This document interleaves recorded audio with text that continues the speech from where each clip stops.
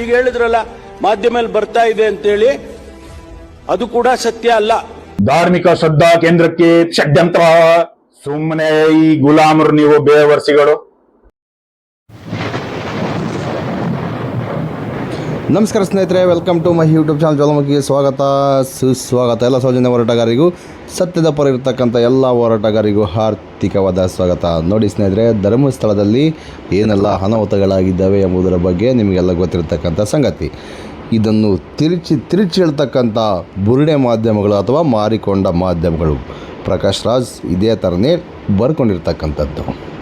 ಮಾರಿಕೊಂಡ ಮಾಧ್ಯಮಗಳಿಗೆ ಸಮೇತ ಪ್ರೆಸ್ ಮೀಟಿಗೆ ಬರುವಂಥ ಅವಕಾಶವಿದೆ, ಬನ್ನಿ ಅಂತ.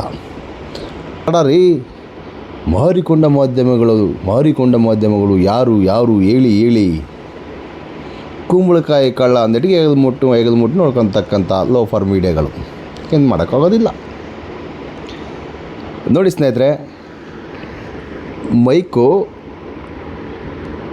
ಹಿಡಿಬೇಕಾಗಿರ್ತಕ್ಕಂಥ ಪ್ಲೇಸಿಗೆ ಹೋಗಿ ಹಿಡಿಯಲ್ಲ ಆ ಲೋಫರ್ ಮೀಡಿಯಾಗಳು.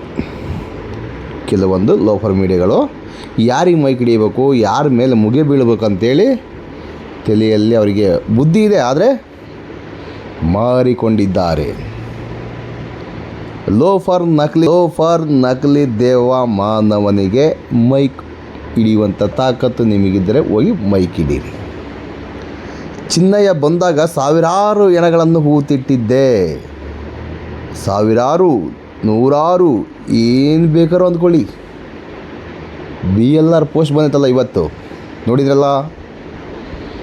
ಸತ್ಯ ಅನಿಸುತ್ತಾ ಇಲ್ವಾ? ಚಿನ್ನಯ್ಯ ಹೇಳಿರ್ತಕ್ಕಂಥದ್ದು, ಚಿನ್ನಯ್ಯ ಹೇಳಿರ್ತಕ್ಕಂಥ ವಿಚಾರ, ಅವತ್ತಿನ ದಿನ ಹೇಳಿರ್ತಕ್ಕಂಥ ವಿಚಾರ, ಇವತ್ತಿನ ದಿನ, ಈ ದಿನ ನಿಮಗೆಲ್ಲ ಸತ್ಯ ಅನಿಸುತ್ತಾ ಇಲ್ವಾ?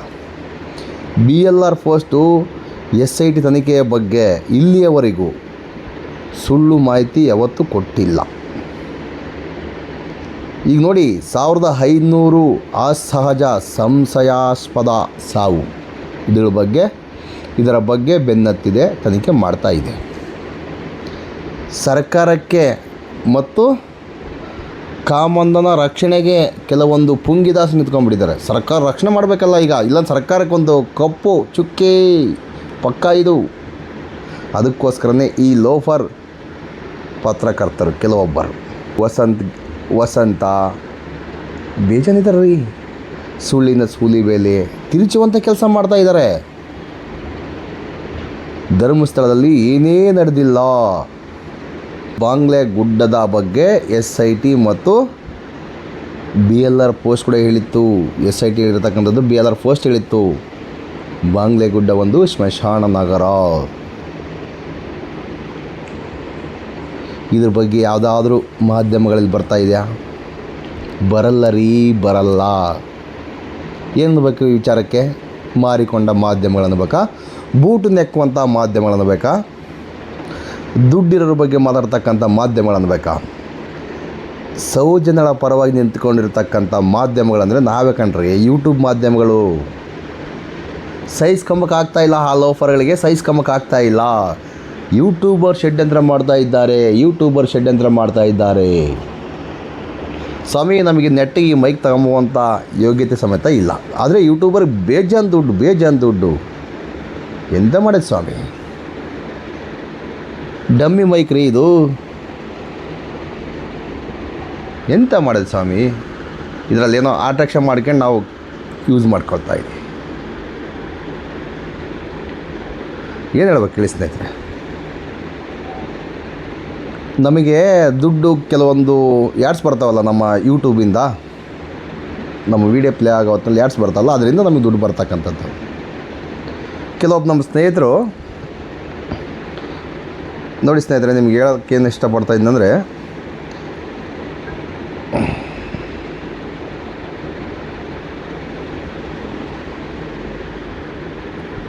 ನೋಡಿ ಸ್ನೇಹಿತರೆ, ಇಲ್ಲಿ ನಮ್ಮ ವೀಡಿಯೋ ಪ್ಲೇ ಆಗ್ತಿದೆಯಲ್ಲ, ಇಲ್ಲಿ ಲೈಕ್ ಅಂತ ಬರುತ್ತೆ. ಲೈಕು, ಡಿಸ್ಲೈಕು ಮತ್ತು ಶೇರ್ ಮಾರ್ಕ್. ಅದ್ರ ಮುಂದ್ಗಡೆ ಒಂದು 3 ಡಾಟ್ ಬರ್ತಿದೆ ನೋಡಿ. ಆ 3 ಡಾಟ್ ಬರುತ್ತಲ್ಲ, ಆ 3 ಡಾಟ್ ಮೇಲೆ ಕ್ಲಿಕ್ ಮಾಡಿದ್ರೆ ಈ ಥರ ಬರುತ್ತೆ. ಸೇವು, ಥ್ಯಾಂಕ್ಸು, ಐಪು, ಡೌನ್ಲೋಡು, ಅಂತ ಇದೆ ನೋಡಿ ಸ್ನೇಹಿತರೆ. ಇದರಲ್ಲಿ ಥ್ಯಾಂಕ್ಸ್ ಅಂತ ಇದೆಯಲ್ಲ, ಆ ಥ್ಯಾಂಕ್ಸ್ ಮುಖಾಂತರ ನಮಗೆ 40 ರೂಪಾಯಿಂದ ಹಿಡಿದು 50 ರೂಪಾಯಿನೋ ಎಷ್ಟು ಬೇಕಾದ್ರೂ ಹಾಕ್ಬೋದು. ಇದ್ರ ಮುಖಾಂತರ ಯಾರೋ ಒಬ್ಬರು, ಎಲ್ಲರೂ ಹಾಕಲ್ಲ ರೀ, ಯಾರೋ ಒಬ್ಬರು ಒಂದ್ಸಲ 400 ಬರುತ್ತೆ, 200 ಬರುತ್ತೆ. ಡೈರೆಕ್ಟಾಗಿ ಅದು ಯೂಟ್ಯೂಬ್ ಅಕೌಂಟಿಗೆ ಹೋಗಿ ಅದರಲ್ಲಿ ಟ್ಯಾಕ್ಸ್ ಕಟ್ಟಾಗೇ ಬರ್ತಕ್ಕಂಥದ್ದು. ಇದರಲ್ಲಿ ಲಕ್ಷಗಟ್ಟಲೆ ಕೋಟಿಗಟ್ಟಲೆ ಹಾಕಕ್ಕೆ ಬರಲ್ಲ ಕಣ್ರಿ. ನನಗಂತೂ ಗೊತ್ತಿಲ್ಲ ರೀ ಅದ್ರ ಬಗ್ಗೆ.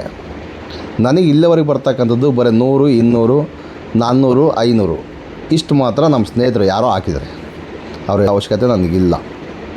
ಪಾಪ ಅವ್ರನ್ನೇ ಹಾಕಿ ಇದೇ ಮಾಡೋದೇಳಿ. ನೀವು ಹಾಕಿರೋ ಸಮೇತ ಬರುತ್ತೆ, ಪ್ರತಿಯೊಬ್ಬರು ಆಗ್ಬೋದು, ಯಾರು ಬೇಕಾದರೂ ಆಗ್ಬೋದು. ಪ್ರತಿಯೊಬ್ಬರು ಅಂತಲ್ಲ, ಯಾರು ಬೇಕಾದರೂ ನಮಗೆ ಸಹಾಯ ಮಾಡಬೇಕು, ಈ ಯೂಟ್ಯೂಬರ್ಗೆ ಸಹಾಯ ಮಾಡಬೇಕು ಅಂತಂದರೆ ಥ್ಯಾಂಕ್ಸ್ ಮುಖಾಂತರ. ಥ್ಯಾಂಕ್ಸ್ ಅಂತ ಹೊಡೆದ್ರೆ ಹಿಂಗೆ ಕೇಳುತ್ತೆ ನೋಡಿ. 40, 100, 200, ಮೋರ್ ಅಂತ ಐತಿ. ಮೋರ್ ಅಂದರೆ 300 ರೂಪಾಯಿ, 300ರಿಂದ 400 ರೂಪಾಯಿ ಇಷ್ಟು ಮಾತ್ರ ನನಗೆ ಗೊತ್ತಿರತಕ್ಕಂಥದ್ದು. ಅದೇ ರೆಡ್ ಜೂನಿಗೆ ಬರುತ್ತೆ 2,000, 20,000 ಅಂದರೆ 10,000 ಕೂಡ ಬರಲ್ಲ ರೀ. ಬರ್ತಕ್ಕಂಥದ್ದು 400, 500. ಅದಕ್ಕೆ ಅಲ್ಲಿಗೆ ಏನೋ ಮಾರ್ಕ್ ಬಂತು, ಈ ಥರ ಏನೋ ಮಾರ್ಕ್ ಬಂತು, ಅದು ಹೋಗುತ್ತೆ ಬಿಡುತ್ತೆ ಗೊತ್ತಿಲ್ಲ. ಬಟ್ 300, 400 ರೂಪಾಯಿ ನನಗೆ ಬಂದಿದೆ. ಅಷ್ಟು ಮಾತ್ರ ನಮ್ಮ ಸ್ನೇಹಿತರು ಯಾರೋ ಒಬ್ಬರು ಹಾಕಿದ್ದಾರೆ. ಅವ್ರಿಷ್ಟ, ಅದು ಹಾಕಿದ್ರೆ ಹಾಕ್ಬೋದು, ಬಿಟ್ಟರೆ ಬಿಡ್ಬೋದು. ಅವ್ರಿಗೇನಾದರೂ ಸಹಾಯ ಮಾಡಬೇಕು, ಸೌಜನ್ಯ ಹೋರಾಟಗಾರರಿಗೆ ಸಹಾಯ ಮಾಡಬೇಕು ಅಂಥೇಳಿ ಅವ್ರ ಮನಸ್ಸಿಗೆ ಅನಿಸಿದರೆ ಬೇಕಾದ್ರೆ ಸಹಾಯ ಮಾಡ್ಬೋದು. ಇನ್ನು ಬಿಟ್ಟರೆ ಬೇರೆ ಇನ್ನೇನಿಲ್ಲ. ಬರ್ತಕ್ಕಂಥದ್ದು 100, 200 ರೂಪಾಯಿ. ಅದು ಯಾವುದೋ ಒಂದು ವೀಡಿಯೋಕ್ಕೆ ಬರುತ್ತೆ, ಎಲ್ಲ ವೀಡಿಯೋಕ್ಕೆ ಬರಲ್ಲ ರೀ. ಯೂಟ್ಯೂಬರ್ ಕೋಟಿಗಟ್ಟಲೆ ದುಡ್ಡು ತೊಗೊಂಬಿಟ್ಟಿದ್ದಾರೆ, ಲಕ್ಷಗಟ್ಟಲೆ ದುಡ್ಡು ತೊಗೊಂಬಿಟ್ಟಿದ್ದಾರೆ. ಅಂದರೆ ಈ ಮುಖಾಂತರ ನಾನು ಏನು ನಿಮ್ಗೆ ಹೇಳಕ್ಕೆ ಬರ್ತಾಯಿದ್ದೆ ಅನ್ಸಾಯಿದ್ರೆ, ಕೆಲವೊಬ್ರು ಎಲ್ಲೋ ಕೂತ್ಕೊಂಡು ವಿದೇಶದಿಂದ ಫಾರಿನಿಂದ ದುಡ್ಡು ಕಳಿಸ್ತಾರೆ ಅಂತಂದರೆ ಮತ್ತು ಈ ಥರ ಏನೋ ಕಳಿಸ್ಬಿಟ್ಟಾರಂಗೆ ಲಕ್ಷಗಟ್ಟಲೆ ಕೋಟಿಗಟ್ಟಲೆ. ಈ ಬಡ್ಡಿ ಮಕ್ಕಳು ಬೇರೆ ಅಂತಾರಲ್ಲ, ಬಡ್ಡಿ ಗ್ಯಾಂಗ್ನವರು 200 ಕೋಟಿ ಬಜೆಟ್, 200 ಕೋಟಿ ಬಜೆಟ್ ಅಂತ ಹೇಳ್ತಾಯಿದ್ದಾರಲ್ಲ, ಅದಕ್ಕೋಸ್ಕರ ಹೇಳ್ತಕ್ಕಂಥದ್ದು. ಏನು ಮಾಡೋಕ್ಕಾಗತ್ತೆ ಸ್ನೇಹಿತರೆ? ಇದನ್ನು ಕೂಡ ಚೆಕ್ ಮಾಡಿಸ್ಕೊಂಡು ಬಿಡ್ರಿ. ನನಗೆ ಬರ್ತಕ್ಕಂಥದ್ದು 2 ತಿಂಗಳಿಗೊಮ್ಮೆ ರೀ, 2 ತಿಂಗಳಿಗೊಮ್ಮೆ 8,000, 10,000 ಅಷ್ಟು ಬರ್ತಕ್ಕಂಥದ್ದು. ನಾವು ಧರ್ಮಸ್ಥಳದ ಸಂಘದ ಬಗ್ಗೆ ಮತ್ತು ಧರ್ಮಸ್ಥಳದಾಗಿರ್ತಕ್ಕಂತಹ ಸಹಜ ಸಾವುಗಳ ಬಗ್ಗೆ, ಧರ್ಮಸ್ಥಳದಲ್ಲಿ ಏನೆಲ್ಲ ಅನಾಹುತಗಳಾಗಿದ್ದಾವೆ ಎಂಬುದರ ಬಗ್ಗೆ ಮಾತ್ರ ವಿಡಿಯೋ ಮಾಡ್ತಕ್ಕಂಥದ್ದು. ಧರ್ಮಸ್ಥಳದ ಬಗ್ಗೆ ವಿಡಿಯೋ ಮಾಡಿ ಬಿಟ್ಟರೆ ಯೂಟ್ಯೂಬರಿಗೆ ಸಮೇತ, ಯೂಟ್ಯೂಬ್ ಸಂಸ್ಥೆಗೆ ಸಮೇತ ಇವರು ರೆಕಮೆಂಡ್ ಮಾಡಿ ನಮಗೆ ದುಡ್ಡು ಬರ್ದಂಗೆ ಮಾಡಿಬಿಡ್ತಾರೆ ರೀ. ಎಲ್ಲೋ ಡಾಲರು, ಆ ಡಾಲರು, ಈ ಡಾಲರ್ ಅಂತೇಳಿ ಹಾಪ್ ಮಾಡಿಬಿಡ್ತಾರೆ. ಬೇರೆ ವಿಡಿಯೋಗಳು ಮಾಡಿದ್ರೆ ಸ್ವಲ್ಪ ದುಡ್ಡನ್ನು ಜಾಸ್ತಿ ಬರುತ್ತೆ. ಬಟ್ ನಮ್ಮ ಸೌಜನ್ಯ ಪರವಾಗಿ ಧರ್ಮಸ್ಥಳದಲ್ಲಿ ಆಗಿರ್ತಕ್ಕಂಥ ಅನ್ಯಾಯಗಳ ಬಗ್ಗೆ ಧ್ವನಿ ಎತ್ತಿದರೆ ಯೂಟ್ಯೂಬಿಂದ ಬರ್ತಕ್ಕಂಥ ದುಡ್ಡು ಕೂಡ ಕಮ್ಮಿ ಕಣ್ರಿ. ನಾನು ಸ್ಟೇಟ್ಮೆಂಟ್ ಸಮೇತ ನಿಮಗೆ ಕೊಡ್ತೀನಿ. ಯಾರೋ ನಮ್ಮ ಸ್ನೇಹಿತರು ಹೇಳ್ದಲ್ಲ, 100, 200 ರೂಪಾಯಿ ಹಂಗೆ ಹಾಕಿರೋ ಒಂದು ತಿಂಗಳಿಗೆ ಒಂದು 7,000, 8,000 ಬರ್ಬೋದು. ಅದು ನನಗೆ ಒಮ್ಮೆ ಸಮೇತ $100 ಕಂಪ್ಲೇಂಟ್ ಮಾಡೋಕ್ಕೆ ಆಗೇ ಇಲ್ಲ. ಇಲ್ಲಿಯವರೆಗೂ ಒಂದು ತಿಂಗಳಿಗೆ $100 ಕಂಪ್ಲೇಂಟ್ ಮಾಡೋಕ್ಕೆ ಆಗೇ ಇಲ್ಲ. 2 ತಿಂಗಳಿಗೊಮ್ಮೆ $120, $130 ಇಷ್ಟ ನನಗೆ ಬರ್ತಕ್ಕಂಥದ್ದು. ಸತ್ಯಾಂಶ ಹೇಳಬೇಕು, ಅಂದ್ಬಿಟ್ರೆ ಬೇರೆ ಸುಳ್ಳು ಹೇಳಬಾರ್ದು. ಎಂತ ಹೇಳೋದು ಸ್ವಾಮಿ? ನಾನು ಹೇಳ್ತಕ್ಕಂಥದ್ದು ಏನಾದ್ರು ಸುಳ್ಳಿದೆಯಾ? BLR ಪೋಸ್ಟ್ ಬಂತಲ್ವಾ, ಧರ್ಮಸ್ಥಳದಲ್ಲಿ 1500 ಸಹಜ ಸಾವುಗಳ ಬಗ್ಗೆ ಸಂಶಯವಿದೆ, ದಾಖಲಾತಿ ಟ್ಯಾಲಿ ಆಗ್ತಾ ಇಲ್ಲ. ಗಿರೀಶ್ ಮಟ್ಟಣ್ಣನ ಷಡ್ಯಂತ್ರನ, ಮಹೇಶ್ ಅಣ್ಣನ ಷಡ್ಯಂತ್ರನ, ಪ್ರಕಾಶ್ ರಾಜ್ ಏನಾದರೂ ಬಂದು ಇಲ್ಲಿ ಕೊಲೆ ಮಾಡಿ ಬಿಸಾಕಿ ಹೋಗಿದ್ದಾರಾ ಷಡ್ಯಂತ್ರನ?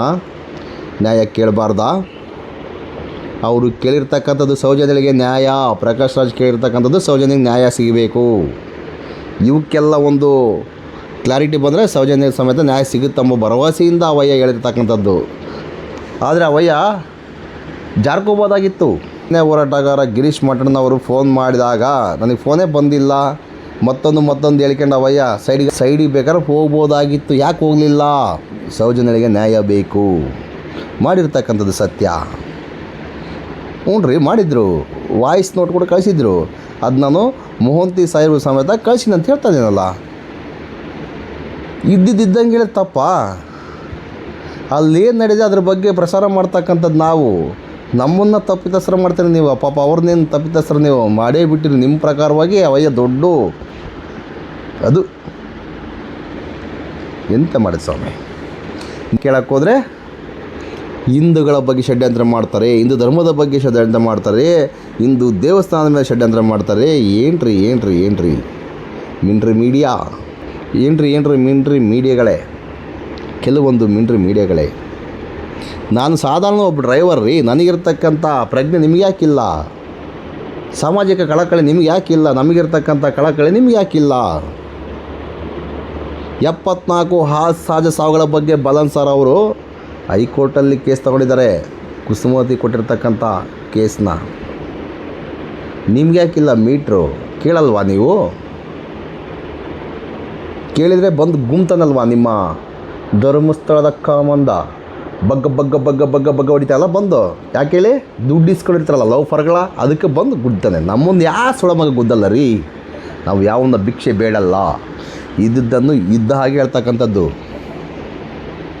ಅರ್ಥ ಆಯ್ತಾ? ಇನ್ನು ಮತ್ತೆ ಕೆಡ್ದಾಗ ಕಾಮೆಂಟ್ ಮಾಡ್ತೀರಿ ಲವ್ ಫರ್ಗಳ.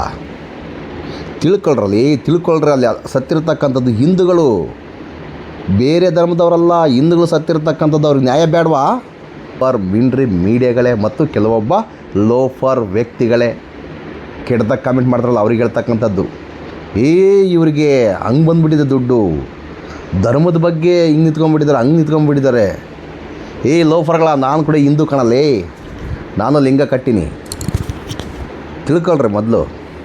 ಅಲ್ಲಿ ಆಗಿರ್ತಕ್ಕಂಥದ್ದು ಹಿಂದೂಗಳ ಕಗ್ಗೊಲೆ. BLR ಪೋಸ್ಟ್ ಇವತ್ತೇನು ವರದಿ ಮಾಡಿದೆಯಲ್ಲ, 1500 ಇನ್ನು ಪಾಕಿಸ್ತಾನದಿಂದ ಬಂದು ಸತ್ತೋಗಿದ್ದಾರಲ್ಲಿ.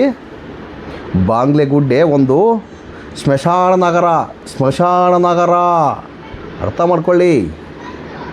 ಇದನ್ನ ಕೇಳಿದ್ರೆ ಬುರುಡೆ ಗ್ಯಾಂಗ್ನ ಮತ್ತೊಬ್ಬನ ಬಂದ ನಿಮ್ಮ ನಟ್ಟನ ಲೋಫರ್ಗಳ.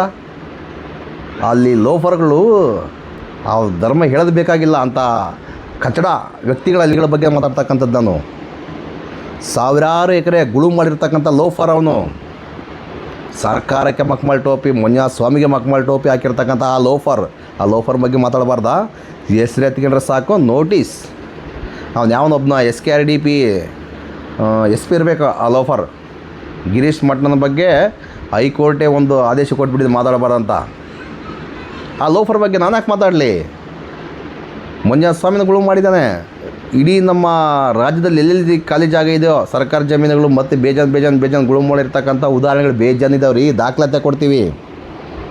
ಆ ಲೋಫರ್ ಹೆಸರು ಹೇಳಿದ್ರೆ ಆ ಲೋಫರ್ ಹೆಸರು ಹೇಳಲ್ಲ. ನಕಲಿ ದೇವಮಾನವನ ಹೆಸರು ಹೇಳುವಂಥ ನೆಸೆಸಿಟಿನೇ ಇಲ್ಲ ರೀ, ಎಲ್ಲರಿಗೂ ಗೊತ್ತಿರ್ತಕ್ಕಂಥ ಸಂಗತಿ. ಆ ಲೋಫರು ಎಷ್ಟು ಫ್ರಾಡ್ ಮಾಡಿದ್ದಾನೆ ಅವನ್ನ ಇವರೆಲ್ಲ ಬೆನ್ನ ಮೇಲೆ ಇಟ್ಕೊಂಡು ಪೂಜೆ ಮಾಡ್ತಾರೆ. ಬೆನ್ನ ಮೇಲೆ, ಹೆಗಲ ಮೇಲೆ, ತಲೆ ಮೇಲೆ ಇಟ್ಕೊಂಡು ಪೂಜೆ ಮಾಡ್ತಾರೆ ಆ ಲೋಫರ್ನ. ನಡೆದಾಡುವ ದೇವರು, ನಮ್ಮ ನಡೆದಾಡುವ ದೇವರು ಶಿವಕುಮಾರ ಸ್ವಾಮೀಜಿ ಇದ್ದರು ತುಮಕೂರಲ್ಲಿ. ಅರ್ಥ ಆಯ್ತಾ? ಅವರು ನಿಜವಾದ ನಡೆದಾಡುವ ದೇವರು. ಈ ಲೋಫರಲ್ಲ. ಈ ಲೋಫರಿಂದ ಏನಾಗಿದೆ? ಪ್ರತಿಯೊಂದು ವ್ಯಾಪಾರ. ಸತ್ಯ ಸಂಗತಿ ಇದು. ಆನೆ ಮಾವತ್ನ ಜಾಗ ಗುಳುಮ್ ಬೇಜಾನ್ ನೋಡಿ. ಧರ್ಮಸ್ಥಳದ ನಕಲಿ ದೇವಮಾನವನ ಮೇಲೆ ಬೇಜಾನ್ ಪ್ರಕರಣಗಳು ದಾಖಲಾಗಿದ್ದಾವೆ. ಧರ್ಮಸ್ಥಳದ ನಕಲಿ ದೇವಮಾನವನ ಮೇಲೆ ಬೇಜಾನ್ ಪ್ರಕರಣಗಳು ದಾಖಲಾಗಿವೆ. ಇದ್ರ ಬಗ್ಗೆ ಯಾರನ್ನ ಪ್ರಶ್ನೆ ಮಾಡಲ್ಲ. ನಾವೇ ಮಾಡ್ತಕ್ಕಂಥದ್ದು, ಯೂಟ್ಯೂಬರ್ಸೇ ಮಾಡ್ತಕ್ಕಂಥದ್ದು. ಹೇಗಾದರೂ ಮಾಡಿ ಯೂಟ್ಯೂಬರ್ನ ಬಾಯಿ ಮುಚ್ಚಿಸ್ಬೇಕು. ಈ ಲೋಫರ್ಗಳ, ನಾವು ಇರೋ ತಗನ ಪ್ರಸಾರ ಮಾಡ್ತೀವಿ. ನಾವು ಸತ್ತ ಮೇಲೆ ಹೋಯ್ತೊಂದು, ನಾವು ಜೀವಂತ ಇರೋ ತಗನ ಪ್ರಸಾರ ಮಾಡ್ತೀವಿ. ಇವತ್ತಲ್ಲ ನಾಳೆ ಆಗ್ಬೋದು, ಬಟ್ ಪ್ರಸಾರ ಮಾಡ್ತಕ್ಕಂಥದ್ದು ನಮ್ಮ ಕರ್ತವ್ಯ ನಾವು ಮಾಡ್ತೀವಿ. ಆ ಲೋಫರ್ ನಕಲಿ ದೇವಮಾನವನ ಬಂಡವಾಳ ಬಯಲು ಮಾಡ್ತೀವಿ. ಎಲ್ಲ ಸರ್ಕಾರದ ಆಸ್ತಿಗಳನ್ನು ಗುಳು ಮಾಡಿರ್ತಕ್ಕಂಥ ಲೋಫರ್ ಅವರ ಪರವಾಗಿ ನಮ್ಮ ಈಗಿನ ಮುಖ್ಯಮಂತ್ರಿ ಷಡ್ಯಂತ್ರ ಅಂತೇಳಿ ಬಂದಿರತಕ್ಕಂಥ ಮುಖ್ಯಮಂತ್ರಿ. ಈಗಲಾದರೂ ಕಣ್ ತೆಗಿರಿ DK ಶಿವಕುಮಾರ್ ಅವರೇ. 1500 ಸಂಶಯಾಸ್ಪದ ಅಸಹಜ ಸಾವುಗಳ ಬಗ್ಗೆ SIT ತನಿಖೆ ಮಾಡ್ತಾ ಇದೆ. ಬೇಜಾನ್ ಪ್ರಕರಣ ಬಗ್ಗೆ ತನಿಖೆ ಮಾಡ್ತಾ ಇದೆ. ಷಡ್ಯಂತ್ರನಾ ಇದು? ಹೇಳಿ, ಇದಕ್ಕೆಲ್ಲ ಷಡ್ಯಂತ್ರನಾ? ಇದಕ್ಕೆಲ್ಲ ಆನ್ಸರ್ ಇಲ್ವಾ ನಿಮ್ಮ ಹತ್ರ? ನೋಡಿ ಸ್ನೇಹಿತರೆ, ಸರ್ಕಾರಕ್ಕೆ ಮಧ್ಯಂತರ ವರದಿ ಒಂದು 3-4 ತಿಂಗಳುಗಳ ಹಿಂದೆ ಬಂದಿರತಕ್ಕಂಥದ್ದು. ಯಾಕೆ ಅದನ್ನ ಪಬ್ಲಿಷ್ ಮಾಡಿಲ್ಲ? ಏನಿರ್ಬೋದು? ನಿಮಗೆಲ್ಲ ಗೊತ್ತಿದೆಯಾ? ನಮ್ಮ ಅಭಿಪ್ರಾಯ ಹೇಳ್ತಿದ್ದೀವಿ, ನಿಮ್ಮ ಅಭಿಪ್ರಾಯಕ್ಕೆ ಏನು ಬೇಕಾದ್ರೆ ಅಂದ್ಕೊಳ್ಳಿ. ಅಕಸ್ಮಾತ್ ಷಡ್ಯಂತ್ರ ಎಂಬುದೇನು ಗೊತ್ತಾಗಿದ್ದರೆ ಧರ್ಮಸ್ಥಳದ ಮಂಜುನಾಥಸ್ವಾಮಿಗೆ ಷಡ್ಯಂತ್ರ ತಂದಿದ್ದಾರೆ, ಇಲ್ಲ ಷಡ್ಯಂತ್ರ ಮಾಡಿದ್ದಾರೆ, ಏನೋ ಒಂದು ಅನಾಹುತ ಮಾಡಿದ್ದಾರೆ, ಸೌಜನ್ಯ ಹೋರಾಟಗಾರರಾದ ಮಹೇಶ್ ಅಣ್ಣ, ಗಿರೀಶ್ ಅಣ್ಣ, ಜಯಂತಣ್ಣ ಏನೋ ಮಾಡ್ಯಾರ ಅಂತ ಹೇಳಿದರೆ ಈ ಲೋಫರ್ ಮಾಧ್ಯಮಗಳು ಸುಮ್ಕಿರ್ತಿದ್ವಾ? ಹೇಳಿ. ನಮ್ಮ ಸರ್ಕಾರದ ಅಧಿಕಾರಿಗಳು ಸುಮ್ಕಿರ್ತಿದ್ರಾ? ಸರ್ಕಾರದ ರಾಜಕಾರಣಿಗಳು ಸುಮ್ಕಿರ್ತಿದ್ರಾ? ರಾಜಕಾರಣಿ ಸುಮ್ಕಿರ್ತಿದ್ದೇನ್ರಿ? ಬೊಬ್ಬೆ ಹೊಡಿತಾ ಇದ್ರು. ನೋಡಿ, ಇಲ್ಲಿ ರಿಪೋರ್ಟ್ ಇದೆ, ಇವ್ರು ಷಡ್ಯಂತ್ರ ಮಾಡಿರ್ತಕ್ಕಂಥದ್ದು SIT ತನಿಖೆಯಿಂದ ಬಯಲಾಗಿದೆ ಅಂತ ಹೇಳ್ತಾ ಇದ್ರು. ಆದರೆ ಸ್ನೇಹಿತರೆ, ಆ ರಿಪೋರ್ಟೇ ಉಲ್ಟಾಗಿದೆ. ಇಲ್ಲಿ ಷಡ್ಯಂತ್ರ ಇಲ್ಲ, ಇಲ್ಲಿ ಸತ್ತಿರ್ತಕ್ಕಂಥ ಸತ್ಯ, ಚಿನ್ನ ಹೇಳಿರ್ತಕ್ಕಂಥ ಸತ್ಯ. ಹಾಗಾಗಿ ಮಧ್ಯಂತರದ ವರದಿಯನ್ನು ಬಿತ್ತರಿಸಿಲ್ಲ, ಕೊಡಲಾಗೋದಿಲ್ಲ. RTI ಕೇಳಿದ ಸಮೇತ ಕೊಡಲಾಗಲ್ಲ. ಆದರೆ ಮಹಿಳಾ ಆಯೋಗಕ್ಕೆ ಈ ವರದಿ ಹೋಗಿದೆ ಎಂದು BLR ಫಸ್ಟ್ ಸ್ಪಷ್ಟನೆ ಕೊಟ್ಟಿದೆ. ಅವ್ರೇನು ಮಾಡ್ತಾರೋ ಕಾದು ನೋಡೋಣ. ನಮ್ಮ ಷಡ್ಯಂತ್ರದ ಮುಖ್ಯಮಂತ್ರಿಗಳು ಅಂದರೆ ಷಡ್ಯಂತ್ರ ಅಂತ ಹೇಳ್ತಿದ್ರಲ್ಲ, ಇವಾಗಲಾದರೂ ಕ್ಲಾರಿಟಿ ತಗೊಳ್ಳಿ ಸಾರ್, ಇವಾಗಲಾದರೂ ಕ್ಲಾರಿಟಿ ತಗೊಳ್ಳಿ. ಮುಂದಿನ ಬಾರಿ ನೀವು CM ಆಗ್ಬೇಕಾ ಅಥವಾ PM ಆಗ್ಬೇಕಾ ನಮಗಂತೂ ಗೊತ್ತಿಲ್ಲ. ಬೇರೆ ಏನು ಕೆಲಸಕ್ಕೆ ಹೋಗ್ತೀರ ನಮಗಂತೂ ಗೊತ್ತಿಲ್ಲ ಸ್ವಾಮಿ. ಈಗ ನೀವು CM ಆಗಿದ್ದೀರಲ್ಲ, ದಯವಿಟ್ಟು ಈ ವರದಿಯನ್ನು ಕುಲಂಕುಷವಾಗಿ ಚರ್ಚೆ ಮಾಡಿ ಆಮೇಲೆ ತೀರ್ಮಾನಕ್ಕೆ ಬನ್ನಿ. ನೀವು ಯಾರ ಪರವಾಗಿ ನಿಂತ್ಕೊಳ್ಳಿ.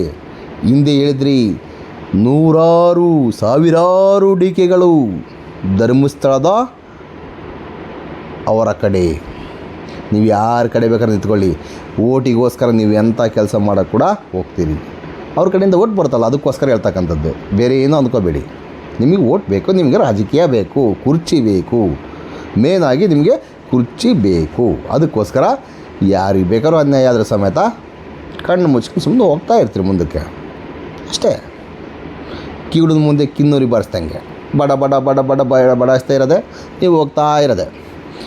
ನಿಮ್ಮ ಜಾತಿಯ, ನಿಮ್ಮ ಸಮುದಾಯದ ಹೆಣ್ಣು ಮಗಳಿಗೆ ನ್ಯಾಯ ಕೊಡ್ಸೋಕ್ಕಾಗಲಿಲ್ಲ ಅಂದರೆ ನೀವು CM ಆಗಿ ಇದ್ದ ಮೇಲೆ ಪ್ರಕರಣ ಸುಪ್ರೀಂ ಕೋರ್ಟಲ್ಲಿ ಸಮೇತ ಮರು ತನಿಖೆ ಆದೇಶ ಬಂದ ಮೇಲೆ ಸಮೇತ ನೀವು ನ್ಯಾಯ ಕೊಡಿಸಲು ವಿಫಲವಾದರೆ ನೀವು CM ಸ್ಥಾನಕ್ಕೆ ಏನು ಬೇಕಾದ್ರೆ ಅಂದ್ಕೊಳ್ಳಿ, ಲಾಯಕ ನಾಲಾಯಕ.